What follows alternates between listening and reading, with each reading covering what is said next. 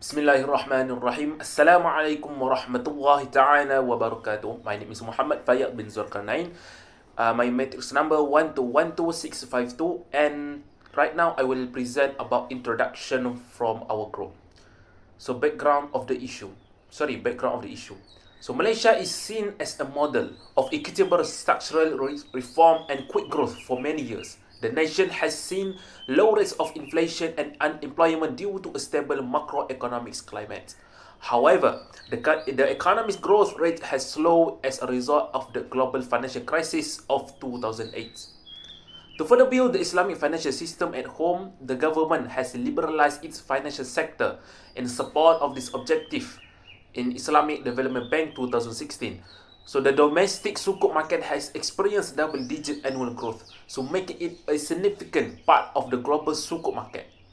The rising borrowing requirement of emerging economies have also led to an increase in the issuance of Sukuk by various entities. Compared to its potential, corporate Sukuk issuance has been comparatively minor since its debut to the international markets in the 1990s. So as a capital market gains efficiency, Sukuk may emerge as a compelling substitute for banking financing.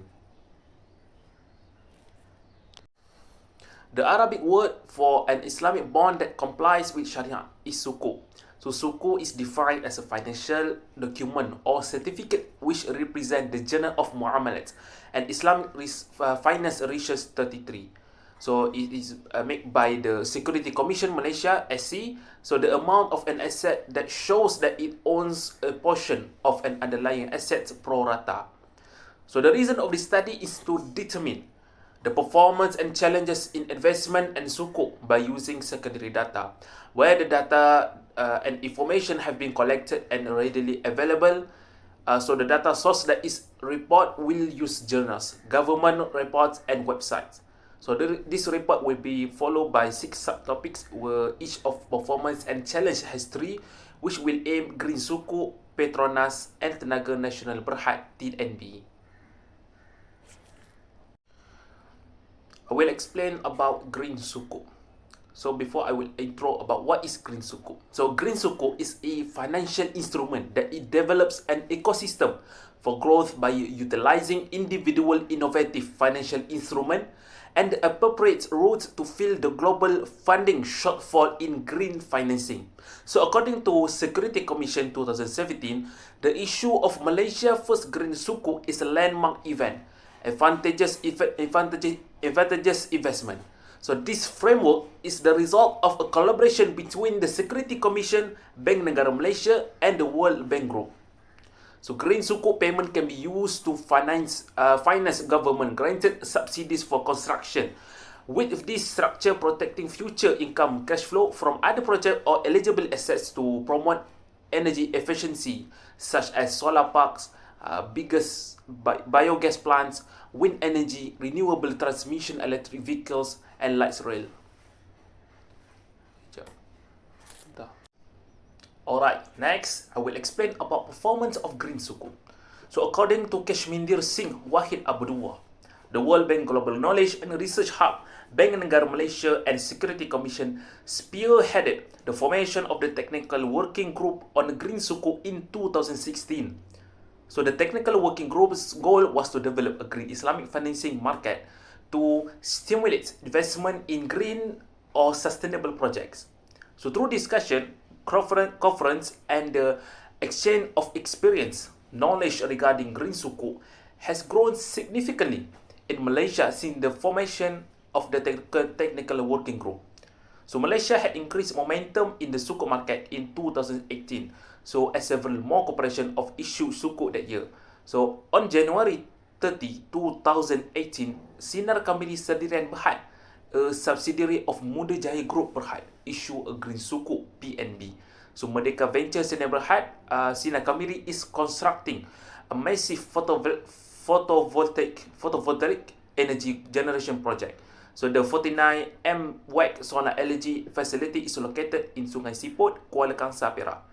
Also, and it planned to generate 49 MW of electricity.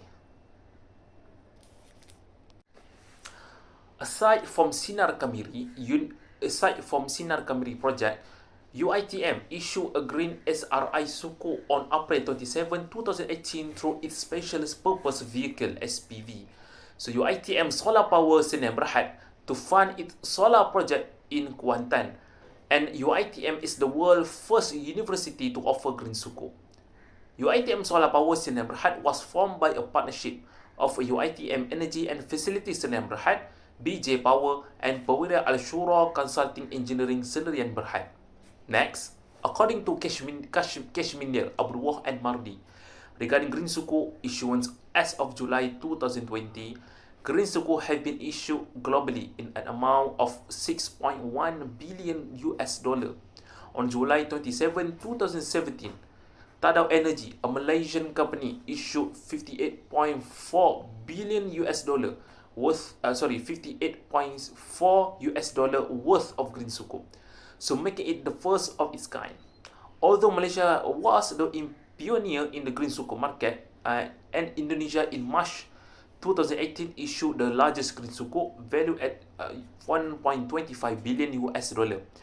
And Indonesia, so according to domicile country, Indonesia has issued 46.4% of the overall issuance, making it the largest issuer cumulatively.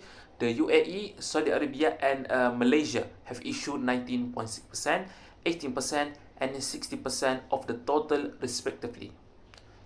So the conclusion of this green sukuk performance, we can see that most of green sukuk issuance is driven by the energy industry. So Indonesia was the to release Indonesia was the to release retail sukuk first. With this release, a wider variety of eco-friendly tasks and asset choosing green sukuk should become available in shortly.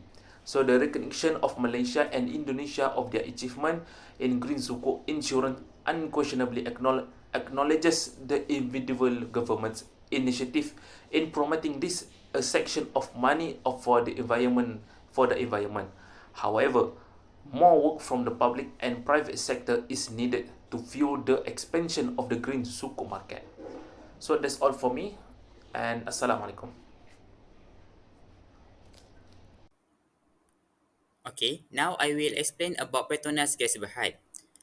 Petronas Gas Berhad or PGB was founded in 1983 and it's among the most valuable firm on Malaysia Stock Exchange based on market capitalization. It is Malaysia primary gas infrastructure and utilities provider focusing on gas processing and utilities GPU and gas transmission and regasification GTR. The company main business involving processing Petronas natural pipe gas from offshore source and transporting it into client in Malaysia and Singapore through the Peninsula Gas Utilization GPU pipeline network. Okay, next one is Petronas financial performance. For the Petronas financial performance, Petronas demonstrates strong liquidity ratio, particularly in terms of the current ratio, with an impressive 6-year average of 2.66. The quick ratio also remains relatively stable, averaging 2.36 over the same period. Additionally, Petronas has maintained a consistent cash ratio with average 0.1.78 over the 6 years. Petronas outperformed the industry benchmark with the cash ratio was the significant higher at 1.78 compared to the benchmark at 0.3. Moving on to solvency analysis, Petronas showcase exceptional result to the debt to equity ratio and debt to asset ratio, average at 0.15 and 0.09 respectively over the 6 years. These indicate that Petronas has relative minor proposition and interest bearing debt compared to its equity. Furthermore, only 9% of Petronas total assets were founded by debt. Okay, next I will talk about sustainable and responsible investment sukuk, which called SRI sukuk. On 25 October 2013, the SRI sukuk was announced initially formally from the former sixth Prime Minister during his speech in National Budget 2014. SRI can be used for projects that aim to conserve and protect the environment and natural resources, lower greenhouse gas emissions, or enhance the standard of living for society.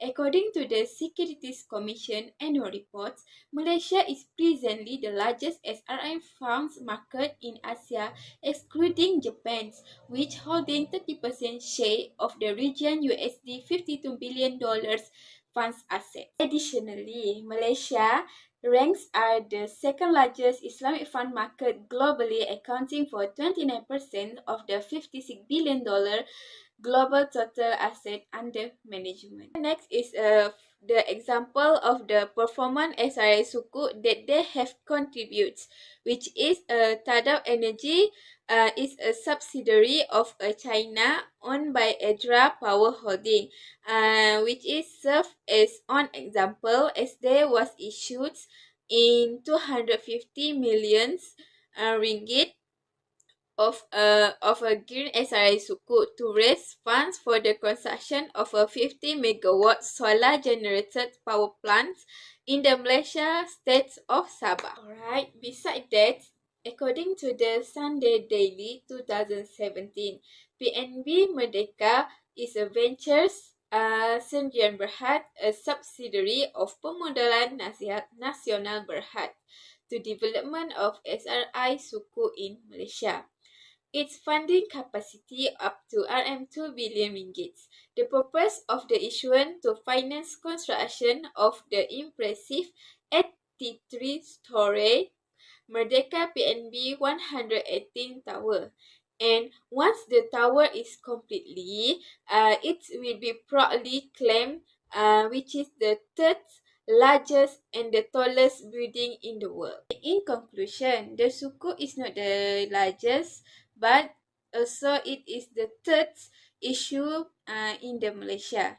So, in conclusion, it is worth knowing that the SRI Sukuk was the first to adopt the Asian Green Bond Standards, which were launched by the SCM-led Asian Capital Markets Forum in November 2017. Alright, that's all from SRI Sukuk, and thank you. SRI Islamic Investment describes how Sharia-compliant Islamic financing incorporates social, environmental, and governance standards. It is also known as an Islamic debt instrument, a green bond, or an Islamic sukuk. SRI Sukuk is a special and cutting-edge instrument for sustainable finance since it can fund initiatives dealing with social and environmental challenges. There are two challenges that Sukuk or SRI face, including regulation and Sharia standardization and demand and supply.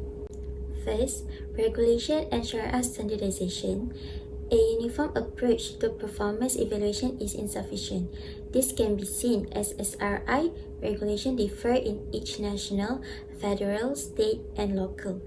Few Sharia scholars situated in the Gulf have rejected some of the structures that have been employed in Asia, a region that has shown to be more adaptable when it comes to transaction. Furthermore, the engagement of Sharia experts is necessary, which may result in extra expenses and a degree of uncertainty in the transaction structuring.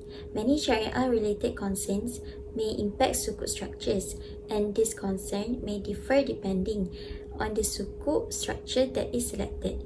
For example, istisna and ijarah structure, which both will have different issues to examine. Next, demand and supply. In certain nations, Sukuk trading systems are sufficient, such as the trading platform in Malaysia. However, the issue is many nations lack sophisticated international trading platform. For instance, the GCC secondary Sukuk market trading platform are scarce, available only in Saudi Arabia, Bahrain, and Dubai. Sukuk, and more especially SRI, are regarded as complicated financial securities requiring some investor education. These products are differ in terms of the return on investment that holders of Sukuk receive. The market was not well informed about the option and capabilities accessible to issuer and investor. Assalamualaikum warahmatullahi wabarakatuh. My name is Putri Norsyawani binti Rani. My metric number is 1212646. So for the next issue is issue of Ijarah Sukuk structure. One of the well-known and iconic structure in Malaysia's ICM is the Ijarah Sukuk. In Islamic finance, Ijarah, or simply a lease contract, is widely regarded to be the transfer of an asset usufruct to another party in exchange for rentals that are claimed from them. Nevertheless, several scholars have raised doubt about the Shariah compliance of Ijarah Sukuk. The question of the originator's guarantee emerged as one of the primary challenges to the validity of the Ijarah Sukuk structure. The collective Sukuk holders will still be the owners of the underlying asset. If the asset has a market value, they may be able to realize a capital gain, and if not, they may incur a capital loss. Since investors in Sukuk are never in favor of any arrangement that could result in a loss, any form of guarantee will increase Sukuk's marketability. For this reason, the holders of Sukuk are likely to lose money if the underlying asset is public or does not have a ready market when it matures. This will almost certainly raise the originator's borrowing costs or deter investment in Sukuk. This is the reason why a lot of originators are reluctant to give up their assets permanently for the issuance of Sukuk, which will lead to problems with guarantee to repurchase the asset. For example, in an Ijarah Sukuk, when a certain type of real estate is utilized as the underlying asset, and even though the rent of properties rise in the specific field in which their assets are located, the Sukuk holder would receive low returns due to low interest rate. As a result, the returns on Sukuk are mostly based on the prevailing interest rate rather than on the quality of the underlying asset. Assalamualaikum warahmatullahi wabarakatuh. My name is Nur Hashimah binti Anas Sujira, metric numbers 1212645. I will present on default risk in Sukuk. The popularity of Sukuk in the Islamic capital market has attracted the interest of investors, but the risks are not well understood. Default means failure to fulfill an obligation, especially to repay a loan or appear in a law court. Default, also defined as the failure to make a scheduled principal or interest payment, and here the event can be classified into three types. First, miss or delay. Second, bankruptcy. And third, distress exchange. Default risk develop in Sukuk when there is a breach of any enforceable obligations under the basic condition of the agreement between the contracting party, which is Sukuk issuer and Sukuk holder. Default risks arise from the interest charged by the instrument, which consequently poses a danger to the issuing of Sukuk. To conclude, in Malaysia, we experienced a series of default totaling 26 cases in 2009. Sukuk default, particularly in Malaysia, may not be substantial threat to the local capital market, but it can affect investors' confidence. In conclusion, Shariah compliant investment have shown to be resilient and stable in their performance, drawing in a wide spectrum of investors who are looking for both financial reward and adherence to Islamic principles. Sukuk, such as Green Sukuk and Sustainability and Responsible Investment Sukuk (SRI), as a key instrument in Islamic finance. The challenges such as SRI, regulation and Sharia standard, demand and supply, and default risk in Sukuk are among some of the challenges that Sharia compliant investment and Sukuk have faced. Sukuk is seeing rapid expansion. Past default has shaken in the market, causing significant losses, and the impact of the crisis is far from done. Sukuk Ijarah issue has been discussed well, and it will become our responsibility as Islamic economic student to develop Sukuk Ijarah as Sukuk appliance Sharia compliance.